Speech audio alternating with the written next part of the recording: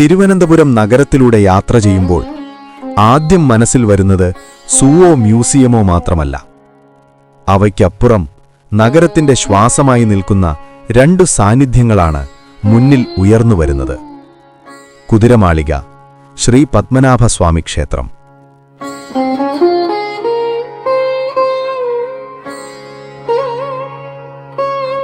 ഈ നഗരത്തിൽ ഓരോ വഴിയും പഴമയെ ഓർമ്മിപ്പിക്കുന്നു. പുതുമയുടെ വേഗത്തിനിടയിൽ പഴമ നിശബ്ദമായി നിലകൊള്ളുന്ന ഒരു നഗരം. ഇപ്പോൾ ഞാൻ ഈ നഗരത്തിലൂടെ യാത്ര ചെയ്യുകയാണ്. റോഡുകൾ മാറുന്നു, കെട്ടിടങ്ങൾ മാറുന്നു, വാഹനങ്ങളുടെ ശബ്ദം കൂടുന്നു. പക്ഷേ മനസ്സിൽ ഒരു നിശബ്ദമായ കാലഘട്ടം ഒപ്പം നടക്കുന്നതുപോലെ തോന്നുന്നു.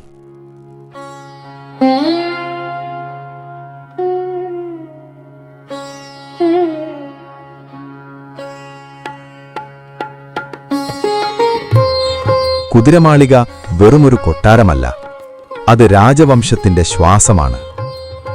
നഗരത്തിന്റെ ക്രമവും ഗൗരവവും അവിടെ ജനിച്ചു.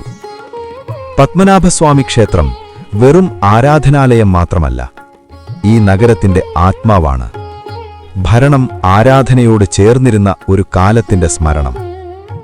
ഈ രണ്ടിനിടയിൽ വെച്ചാണ് തിരുവനന്തപുരം ഒരു നഗരമായി വളർന്നത്.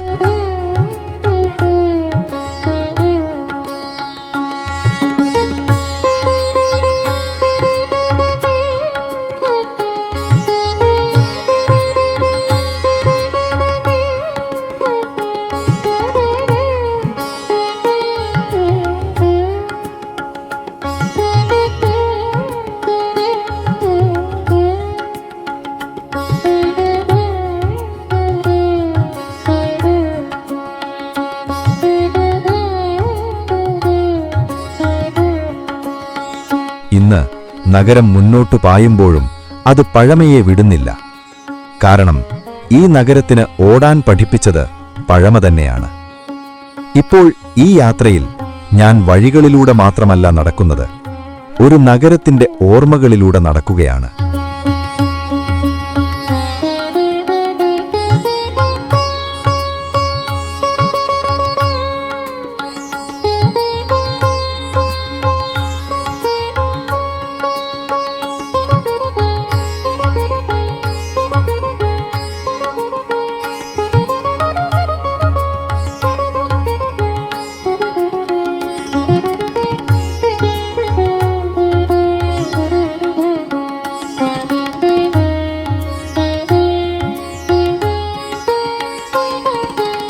ഇപ്പോൾ ഞാൻ കുതിരമാളികയുടെ ഇടനാഴികളിലൂടെ നടക്കുകയാണ്. കാലം നിശബ്ദമായി ഒഴുകുന്ന ഒരിടം. ഈ കല്ലുനിലം ഇന്ന് എൻ്റെ കാലടി ശബ്ദം മാത്രം കേൾക്കുമ്പോഴും ഒരു കാലത്ത് ഇവിടെ എത്രയോ ശബ്ദങ്ങൾ ഒരുമിച്ചൊഴുകിയിട്ടുണ്ടാവും.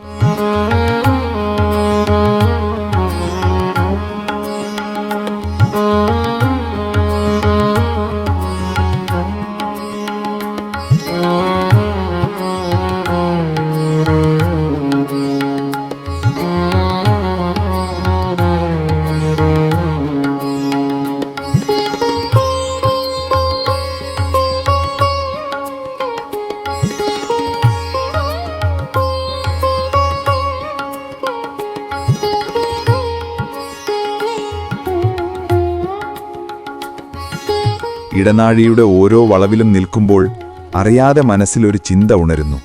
ഇവിടെയൂടെ ഒരിക്കൽ രാജാക്കന്മാർ നടന്നിട്ടുണ്ടാകും. രാജകീയ വേഷധാരികളായി, ഗൗരവത്തോടെ, ചിന്തകളിൽ മുഴുകി.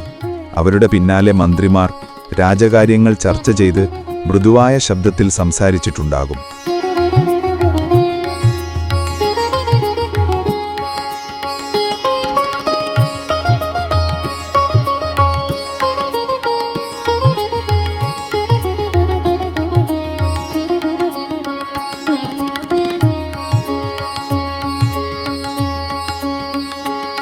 ഈ ഇടനാഴികളിലൂടെ ഒഴുകിയിരുന്നത് വെറും ആഡംബരമല്ല, അത് ഒരു രാജവംശത്തിന്റെ അച്ചടക്കവും അധികാരവും അനുഷ്ഠാനവുമായിരുന്നു.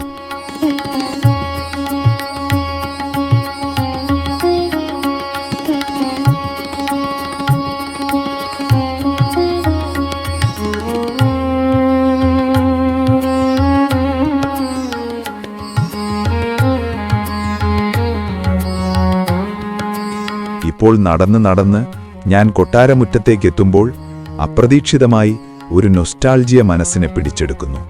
ഇന്ന് നിശബ്ദമായ ഈ മുറ്റം ഒരു കാലത്ത് ജീവന്തമായിരുന്ന ഒരു ലോകമായിരുന്നു.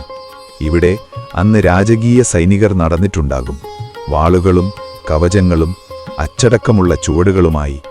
അവരുടെ കാലടികളുടെ ശബ്ദം ഈ മണ്ണിൽ ഇന്നും ഒളിച്ചിരിപ്പുണ്ടാകാം. ഇവിടെ കുതിരകൾ നടന്നിട്ടുണ്ടാകും, അവയുടെ കാൽമുട്ടുകളുടെ ശബ്ദം, കുതിരക്കൊമ്പുകളുടെ ചിലച്ചിൽ, രാജകീയ യാത്രകൾക്ക് തയ്യാറെടുക്കുന്ന ആ ഉത്സാഹം.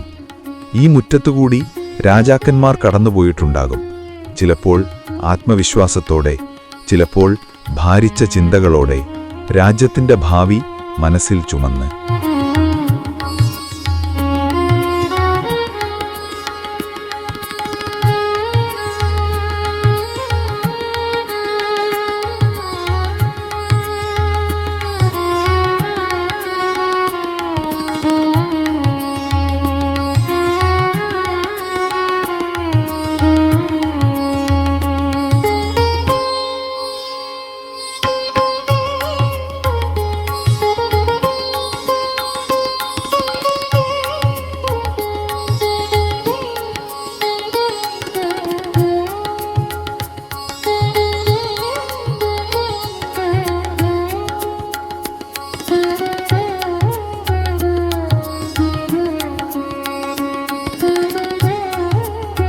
ഈ കൊട്ടാരത്തിന്റെ അകത്തളങ്ങളിൽ രാജകീയ നിവാസികൾ ജീവിച്ചിരുന്നതും ഇവിടെയാണ്.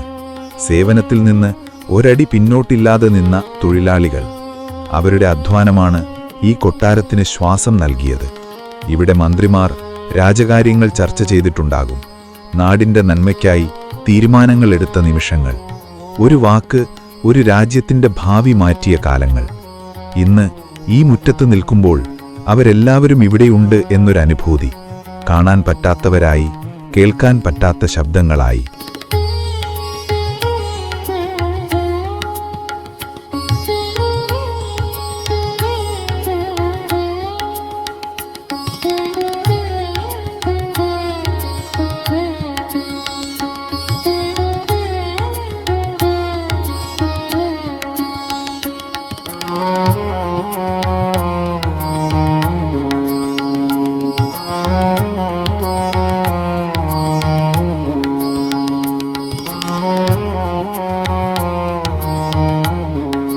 ഇത് വെറും ഒരു കൊട്ടാര സന്ദർശനം മാത്രമല്ല, ഇത് ഒരു കാലയാത്രയാണ്.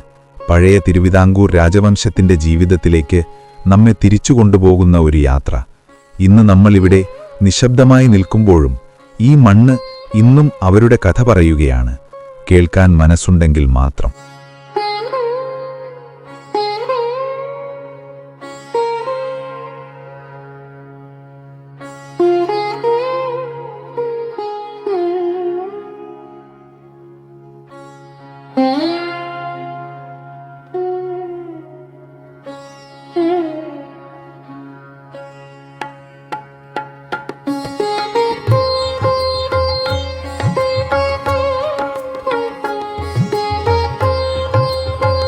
ഇപ്പോൾ നമ്മൾ നിൽക്കുന്നത് ഒരു സാധാരണ കൊട്ടാരത്തിന്റെ മുന്നിലല്ല.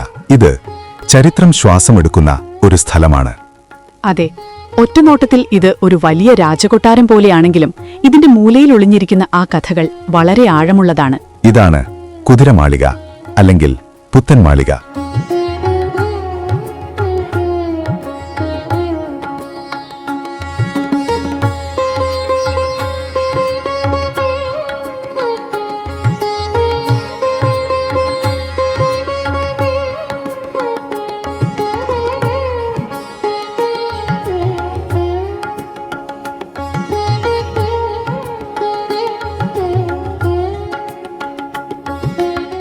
കുതിരമാളിക എന്ന പേര് വന്നത് എന്തുകൊണ്ടാണെന്നറിയാമോ? കൊട്ടാരത്തിന്റെ മേൽക്കൂരയിൽ കാണുന്ന നൂറുകണക്കിന് കുതിരമുഖങ്ങൾ, അവയാണ് ഈ കൊട്ടാരത്തിന് കുതിരമാളിക എന്ന പേര് നൽകിയത്. ഓരോ കുതിരമുഖവും ഒരുപോലെ തോന്നില്ല. അതുതന്നെ ഇവിടുത്തെ കലാകാരന്മാരുടെ പ്രതിഭയുടെ തെളിവാണ്. ചരിത്രത്തിലേക്ക് ഒരു യാത്ര. ഈ കൊട്ടാരം തിരുവിതാംകൂർ രാജവംശത്തിന്റെ ആസ്തിയായിരുന്നു. അതെ, ഇത് പണികഴിപ്പിച്ചത് തിരുവിതാംകൂർ മഹാരാജാവ് സ്വാതി തിരുനാൾ രാമവർമ്മയാണ്. അദ്ദേഹം സംഗീതത്തിന്റെയും കലയുടെയും ആശ്രയദാതാവായിരുന്നു. അതിനാലാണ് ഈ കൊട്ടാരവും ഒരു കലാസൃഷ്ടി പോലെ നിൽക്കുന്നത്.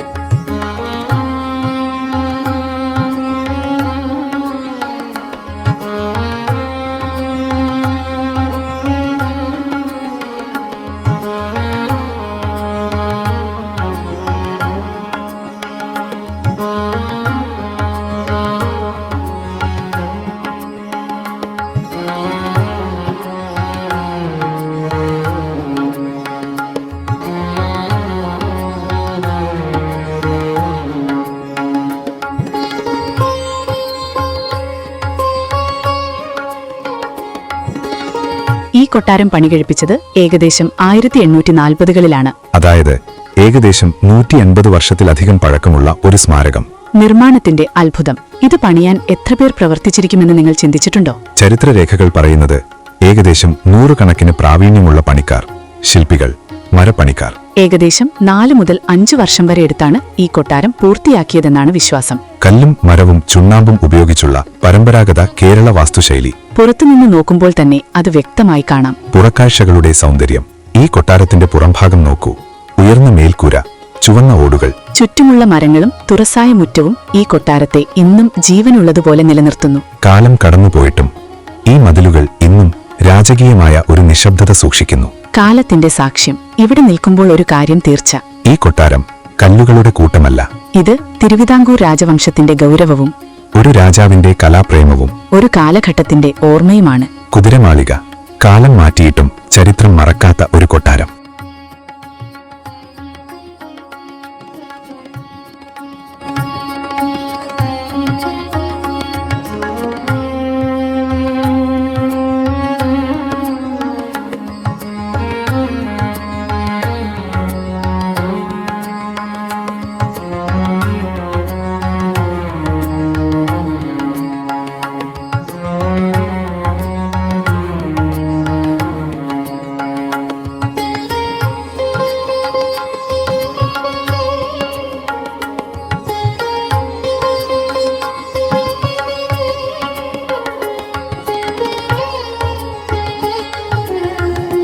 ഇപ്പോൾ നമ്മൾ നിൽക്കുന്നത് ഒരു കൊട്ടാരത്തിന്റെ മുന്നിലല്ല. ഇത് തിരുവിതാംകൂർ രാജവംശത്തിന്റെ നൂറ്റാണ്ടുകൾ നീളുന്ന ചരിത്രത്തിന്റെ മുന്നിലാണ്.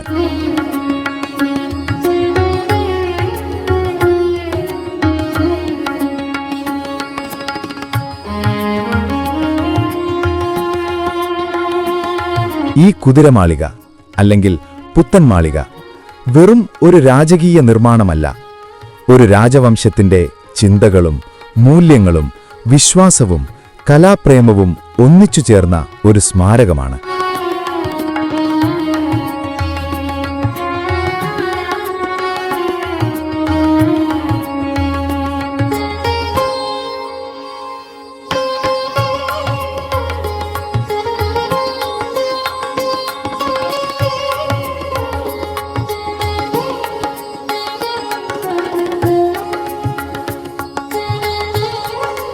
തിരുവിതാംകൂർ രാജവംശത്തിന്റെ തുടക്കം. തിരുവിതാംകൂർ രാജവംശത്തിന്റെ ചരിത്രം ആരംഭിക്കുന്നത് ചെറിയ നാടുവാഴിത്തങ്ങളിലൂടെയാണ്. കാലക്രമേണ ഈ പ്രദേശങ്ങളെ ഒന്നിച്ചുകൂട്ടി ശക്തമായ ഒരു രാജ്യമാക്കി മാറ്റിയത് മാർത്താണ്ഡവർമ്മ മഹാരാജാവാണ്. അദ്ദേഹമാണ് ആധുനിക തിരുവിതാംകൂറിന്റെ ശില്പി എന്ന് ചരിത്രം ഓർമ്മിക്കുന്നത്. രാജ്യം ശക്തിപ്പെടുത്തി, സൈന്യത്തെ സംഘടിപ്പിച്ചു, ഭരണ സംവിധാനം ക്രമപ്പെടുത്തി. അതോടൊപ്പം തന്റെ രാജ്യം ശ്രീ പത്മനാഭസ്വാമിക്ക് സമർപ്പിച്ച ഒരു രാജാവായിരുന്നു അദ്ദേഹം. അതിനുശേഷം തിരുവിതാംകൂർ രാജാക്കന്മാർ സ്വയം രാജാക്കന്മാർ എന്ന് വിളിച്ചില്ല. അവർ തങ്ങളെ ശ്രീ പത്മനാഭദാസൻ എന്ന് വിളിച്ചു. ദൈവത്തിന് കീഴിലെ ഭരണം. ഈ രാജവംശത്തിന്റെ ഭരണം വെറും അധികാരമല്ലായിരുന്നു, അത് സമർപ്പണമായിരുന്നു. രാജ്യം ദൈവത്തിൻ്റെതാണ്, തങ്ങൾ ഭരിക്കുന്നത് ദൈവത്തിന്റെ ദാസന്മാരായി എന്ന ചിന്തയാണ് ഈ രാജവംശത്തെ വ്യത്യസ്തമാക്കിയത്.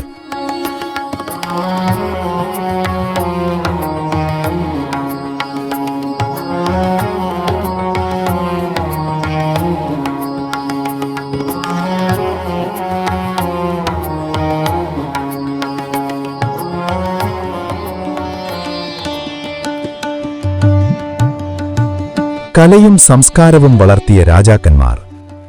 കാലം മുന്നോട്ടു നീങ്ങുമ്പോൾ തിരുവിതാംകൂർ രാജവംശം കലയുടെ, സംഗീതത്തിന്റെ, സാഹിത്യത്തിന്റെ സംരക്ഷകരായി മാറി. ഈ കാലഘട്ടത്തിലെ ഏറ്റവും പ്രധാനപ്പെട്ട ഒരു രാജാവ് സ്വാതി തിരുനാൾ രാമവർമ്മ മഹാരാജാവാണ്. അദ്ദേഹം ഒരു രാജാവായിരുന്നു എന്നതിലുപരി ഒരു സംഗീതജ്ഞനും കവിയും കലാസ്നേഹിയുമായിരുന്നു. പുത്തൻമാളിക പണികഴിപ്പിച്ചത് ഈ രാജാവാണ്. അദ്ദേഹത്തിന്റെ കലാപ്രേമമാണ് ഈ കൊട്ടാരത്തിന്റെ ഓരോ കോണിലും നമ്മൾ കാണുന്നത്. പിന്നീട് അങ്ങോട്ടുള്ള രാജാക്കന്മാർ. സ്വാതി തിരുനാളിന് ശേഷം ആയില്യം തിരുനാൾ, വിശാഖം തിരുനാൾ, മൂലം തിരുനാൾ, എന്നിവർ രാജ്യം ഭരിച്ച പ്രധാനപ്പെട്ട രാജാക്കന്മാരാണ്. ഇവർ വിദ്യാഭ്യാസ രംഗത്ത്, സാമൂഹിക പരിഷ്കാരങ്ങളിൽ, നിയമപരമായ മാറ്റങ്ങളിൽ വളരെ പ്രധാനപ്പെട്ട സംഭാവനകൾ നൽകി. തിരുവിതാംകൂർ ഇന്ത്യയിലെ മുൻനിര രാജ്യങ്ങളിലൊന്നായി മാറിയത് ഈ ഭരണകാലത്താണ്.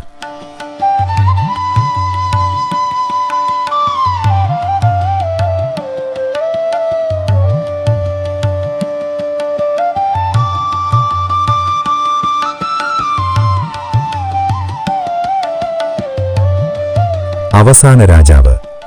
തിരുവിതാംകൂർ രാജവംശത്തിന്റെ അവസാന ഭരണാധികാരി ശ്രീ ചിത്തിര തിരുനാൾ ബാലരാമവർമ്മ മഹാരാജാവാണ്. അദ്ദേഹത്തിന്റെ കാലത്താണ് തിരുവിതാംകൂർ ഇന്ത്യൻ രാജ്യത്തോട് ലയിക്കുന്നത്.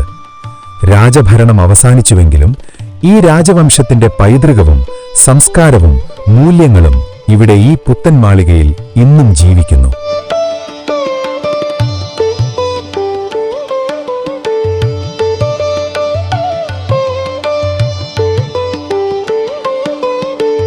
കുതിരമാളിക ഇതൊരു രാജാവിന്റെ സ്വപ്നമല്ല, ഒരു രാജവംശത്തിന്റെ ചരിത്രമാണ്. ഈ മതിലുകൾ നിശബ്ദമാണെങ്കിലും ഇവ ഇന്നും തിരുവിതാംകൂറിന്റെ കഥ പറയുകയാണ്. കാലം മാറിയാലും ചരിത്രം മറക്കാത്ത ഒരു കൊട്ടാരമായി പുത്തൻ മാളിക ഇവിടെ നിൽക്കുന്നു.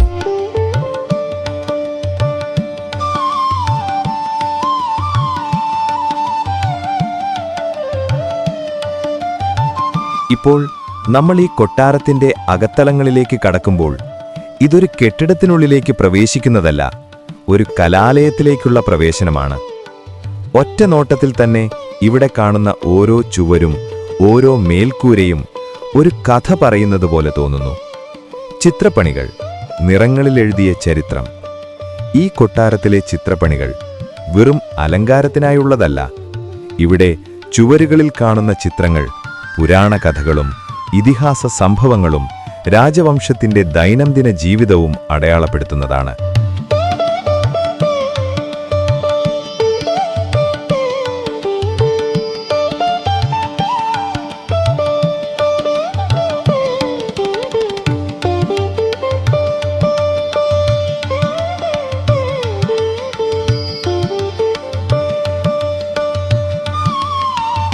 മരപ്പണികൾ, കുത്തുപണിയുടെ അത്ഭുതം. ഇപ്പോൾ ഈ കൊട്ടാരത്തിലെ മരപ്പണികളിലേക്ക് ശ്രദ്ധ തിരിക്കാം. വാതിലുകൾ, ജനാലകൾ, മേൽക്കൂരകൾ എല്ലാം കുത്തുപണിയുടെ അത്ഭുതങ്ങളാണ്. ഇതിനുപയോഗിച്ച മരങ്ങൾ സാധാരണ മരങ്ങളല്ല. തേക്ക്, ആഞ്ഞിലി, കരിമരം പോലുള്ള ഉയർന്ന ഗുണമേന്മയുള്ള മരങ്ങളാണ് ഇവിടെ ഉപയോഗിച്ചത്.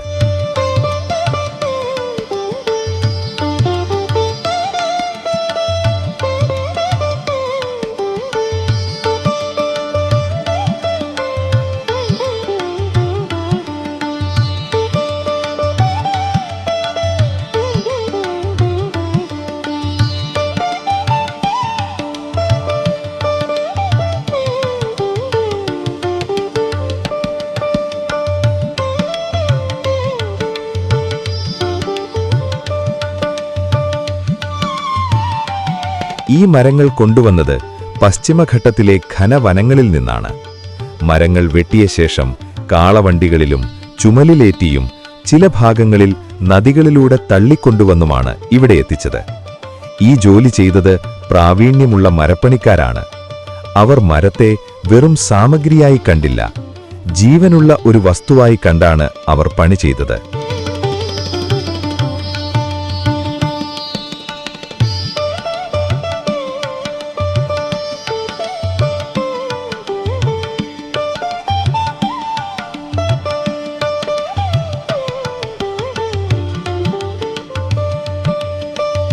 സ്തംഭങ്ങൾ, ഭാരം താങ്ങുന്ന സൗന്ദര്യം. ഈ കൊട്ടാരത്തിലെ സ്തംഭങ്ങൾ വെറും ഭാരം താങ്ങാൻ മാത്രമല്ല, അവ സൗന്ദര്യവും ഗൗരവവും ഒരുമിച്ചു പറയുന്ന കലാസൃഷ്ടികളാണ്. കല്ലുകൊണ്ടും മരകൊണ്ടും നിർമ്മിച്ച ഈ തൂണുകൾ ഓരോന്നിലും വ്യത്യസ്തമായ കുത്തുപണികളും ആകൃതികളും കാണാം. ഈ കല്ലുകൾ കൊണ്ടുവന്നത് അടുത്ത പ്രദേശങ്ങളിലെ ഖനികളിൽ നിന്നാണ്. വലിയ കല്ലുകൾ മനുഷ്യരുടെ കൂട്ടശ്രമത്തിലൂടെയും കാളവണ്ടികളിലൂടെയും ഇവിടെ എത്തിച്ചു.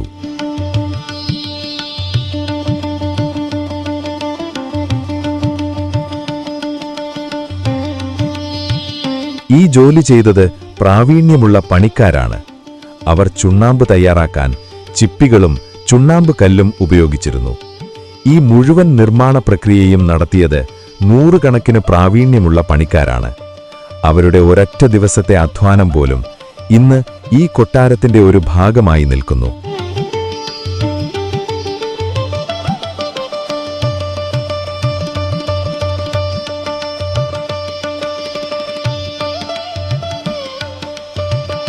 പുത്തൻമാളികയുടെ അകത്തളങ്ങൾ വെറും മുറികളല്ല, ഇത് കലയുടെ, കൈപുണ്യത്തിന്റെ, ക്ഷമയുടെ ചരിത്രമാണ്. ഇവിടെ നിന്ന് പുറത്തേക്ക് നടക്കുമ്പോൾ നമ്മൾ കണ്ടത് ഒരു കൊട്ടാരമല്ല, ഒരു കാലഘട്ടത്തിന്റെ ആത്മാവാണ്.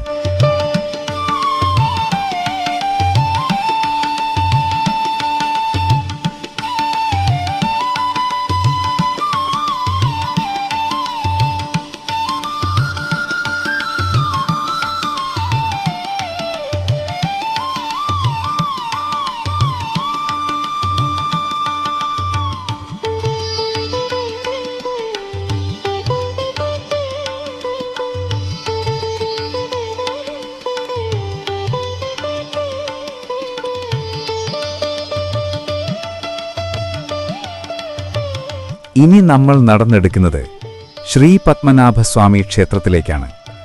ഒരു നഗരത്തിന്റെ നടുവിൽ നിൽക്കുന്ന, എന്നാൽ കാലാതീതമായ നിശബ്ദത സംരക്ഷിക്കുന്ന ഒരു വിശുദ്ധ സ്ഥലത്തിലേക്ക്.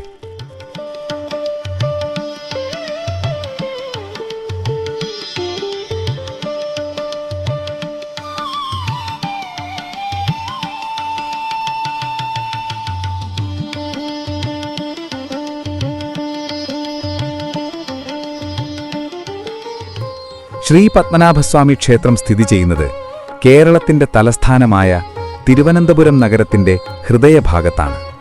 കുതിരമാളിക അഥവാ പുത്തൻമാളികയുടെ വടക്ക് കിഴക്ക് ദിശയിലായാണ് ഈ മഹാക്ഷേത്രം സ്ഥിതി ചെയ്യുന്നത്. അതിനാൽ തന്നെ രാജവംശവും ക്ഷേത്രവും ഒരുമിച്ച് ശ്വസിച്ച ഒരു നഗര ചരിത്രമാണ് തിരുവനന്തപുരം.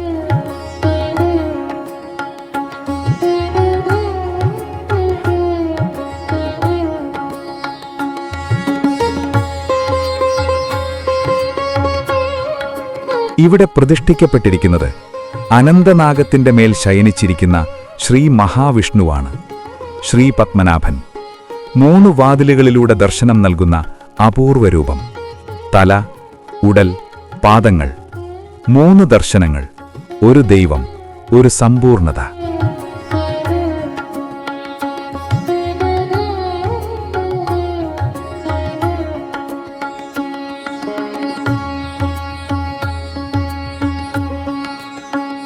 ഈ ക്ഷേത്രത്തിന്റെ ചരിത്രം നൂറ്റാണ്ടുകൾ പിറകിലേക്ക് വ്യാപിച്ചു കിടക്കുന്നു. പുരാണങ്ങളിലും ഐതിഹ്യങ്ങളിലും ഈ ക്ഷേത്രത്തിന്റെ പരാമർശങ്ങൾ കാണാം. എന്നാൽ ഇന്നുള്ള ക്ഷേത്രരൂപം വികസിച്ചത് ത്രാവൻകൂർ രാജവംശത്തിന്റെ കാലഘട്ടത്തിലാണ്.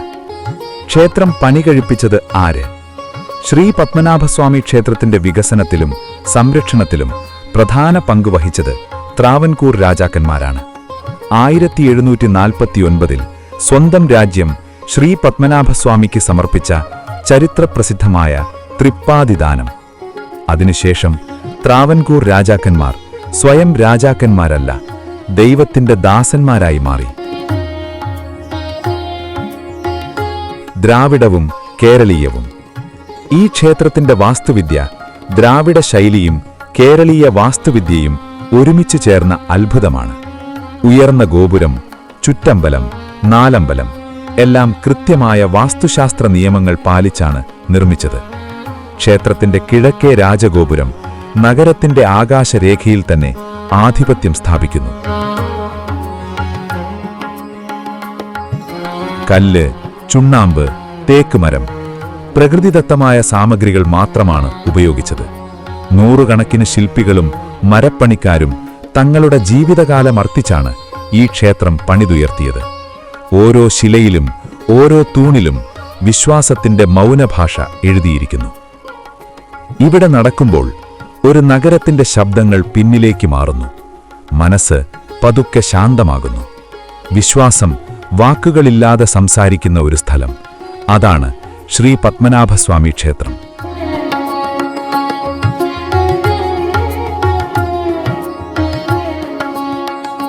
ഇപ്പോൾ കുതിരമാളിക കണ്ടു തീർത്ത് തിരിച്ച് ഈ ഇടനാഴികളിലൂടെ നടക്കുമ്പോൾ കാലം പിന്നിലേക്കൊന്നു മാറുന്നതുപോലെ മനസ്സിലൊരു തോന്നൽ. ഈ ചുവരുകൾ നമ്മോട് വിട പറയുന്നില്ല. അവ ഇനിയും പറയാനുള്ള കഥകൾ ബാക്കിയുണ്ടെന്ന് പറയുന്നതുപോലെ ഇവിടിലൂടെ ഒരിക്കൽ രാജാക്കന്മാർ നടന്നിട്ടുണ്ടാകും. മന്ത്രിമാരുടെ നിശബ്ദമായ ചർച്ചകൾ, സൈനികരുടെ ചുവടുകളുടെ ഗൗരവം, കുതിരകളുടെ നാദം എല്ലാം ഇന്നും ഈ ഇടനാഴികളിൽ മങ്ങാതെ നിലകൊള്ളുന്നതുപോലെ തോന്നുന്നു.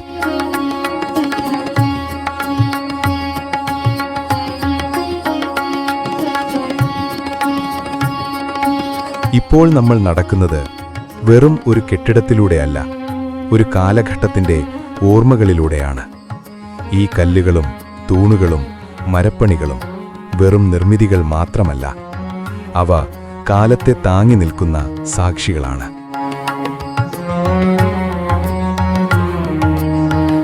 പുറത്തേക്കടുക്കുമ്പോൾ വെളിച്ചം കൂടുന്നു, എന്നാൽ മനസ്സിൽ ഒരു നിഴൽ പോലും കൂടാതെ ഒരു ശാന്തത മാത്രമാണ്.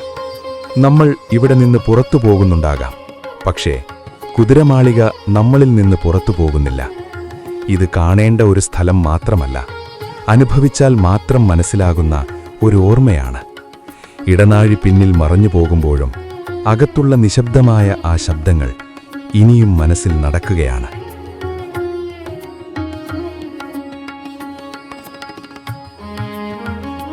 തിരുവനന്തപുരം എന്ന നഗരം ചരിത്രവും ആത്മീയതയും നിത്യജീവിതവും ഒരുമിച്ച് ശ്വാസമെടുക്കുന്ന ഒരിടമാണ്. ആ നഗരത്തിന്റെ ഹൃദയത്തിലേക്ക് നിശബ്ദമായി സ്വാധീനം വ്യാപിപ്പിച്ച ഒരു സാന്നിധ്യമാണ് കുതിരമാളിക. കുതിരമാളികയും ശ്രീ പത്മനാഭസ്വാമി ക്ഷേത്രവും ചുറ്റിപ്പറ്റിയാണ് നഗരത്തിന്റെ കേന്ദ്രം രൂപം കൊണ്ടത്.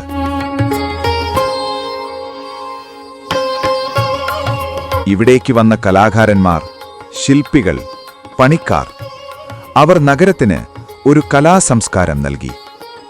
ഇന്ന് തിരുവനന്തപുരം ഒരു കലാനഗരമായി അറിയപ്പെടുന്നതിന് പിന്നിൽ ഈ കൊട്ടാരത്തിന്റെ നിശബ്ദമായ സംഭാവനയുണ്ട്. ശില്പകലയുടെ സൗന്ദര്യം, വാസ്തുവിദ്യയുടെ അളവുകൾ, അവ പിന്നീട് നഗരത്തിലെ മറ്റു കെട്ടിടങ്ങളിലും പ്രതിഫലിച്ചു.